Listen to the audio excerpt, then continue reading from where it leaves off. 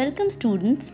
आज की ये वीडियो है क्लास 4 के लिए पुस्तक भाषा माधुरी पार्ट 5 शेर को सवा शेर। ये कहानी नसीरुद्दीन होजा नाम के एक व्यक्ति और उसकी बुद्धिमानी पर आधारित है। तो कहानी शुरू करते हैं।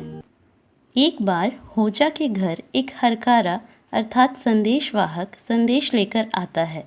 वो होजा से मिलने के बाद उनसे कहता है, मैं जलालाबाद से आया हूँ, नसीरुद्दीन होजा के लिए खत लाया हूँ। इस पर होजा कहता है, मैं ही हूँ होजा। तो हरकारा जवाब में कहता है, ये आपके दोस्त सलीम ने भेजा है। दोस्त? मैं तो उसे ठीक से जानता भी नहीं। इसके बाद होजा जब खत को खोलकर देखता है तो उसकी पत्नी पूछती है, ये क्या है? होजा कहता है, कुछ भी नहीं। उसकी पत्नी फिर से पूछती है, क्या लिखा है इसमें? तो होजा पढ़कर सुनाता है, मैं अपने कुनबे में सही सलामत हूँ और आपकी सलामती की दुआ मांगता हूँ।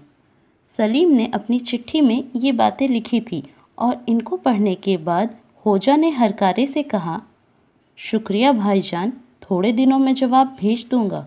सलीम से मेरा सलाम कहना। ये सुनकर हरकारा खत भेजने के बदले होजा से पैसे मांगने लगता है और वो कहता है, साहब, खत पहुंचाने का मेहनताना 1 दिनार है। सलीम ने कहा था आप दे देंगे।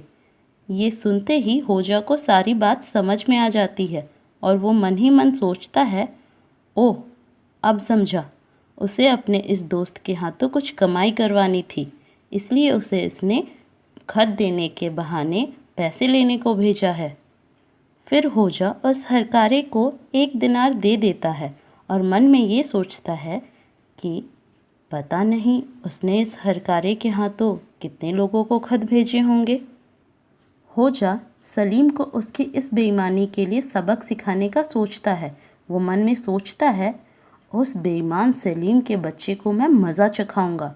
ये सोचकर होजा एक हरकारे के हाथों सलीम के पास एक तोहफा भेजता है। तोहफा लेकर हरकारा सलीम के पास जाता है और कहता है, सलीम के लिए मैं एक बंडल लाया हूँ, इसे होजा नसीरुद्दीन ने भेजा है। उस तोहफे को पाकर सलीम बहुत खुश हो जाता है और मन में सोचता है, कितना भारी बंडल है, पता नहीं क्या भेजा होगा उसने। इतने में हरकारा कहता है, साहब, होजा ने मेहनताने के 5 दिनार आपसे लेने को कहा था। 5 दिनार? ओह, ठीक है।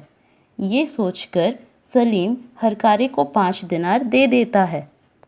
लेकिन इसके बाद जब सलीम तोहफा खोल कर देखता है तो उसके अंदर से एक बड़ा सा पत्थर बाहर निकलता है और साथ में एक चिट्ठी होती है जिसमें होजा ने लिखा था, प्यारे सलीम भाई, इस पत्थर से तुम समझ जाओगे कि तुम्हारी सलामती की खबर पाकर हमारे दिलों पर से कितना बोझ उतर गया है। इसे पढ़कर सलीम को ये बात समझ आ जाती है कि जिस तरह उसने खत भेजकर होजा से 1 दिनार वसूल करवाया था, अब उसके बदले में होजा ने खत भेजकर उससे 5 दिनारें वसूल कर ली है। तो इस प्रकार बेईमानी का नतीजा हमेशा बुरा ही होता है, जैसा कि सलीम के साथ हुआ। सलीम के व्यवहार से ये स्पष्ट है कि यदि हम किसी के साथ बेईमानी करके उसे ठगने की कोशिश करते हैं तो हो सकता है कि इसका सबक 2 गुनी कीमत देकर चुकानी पड़े। साथ ही होजा ने भी ये स्पष्ट कर दिया है कि यदि बुद्धिमानी का प्रयोग किया जाए तो बेईमान व्यक्तियों को भी सबक सिखाया जा सकता है। तो ये आज की कहानी समाप्त हुई। धन्यवाद।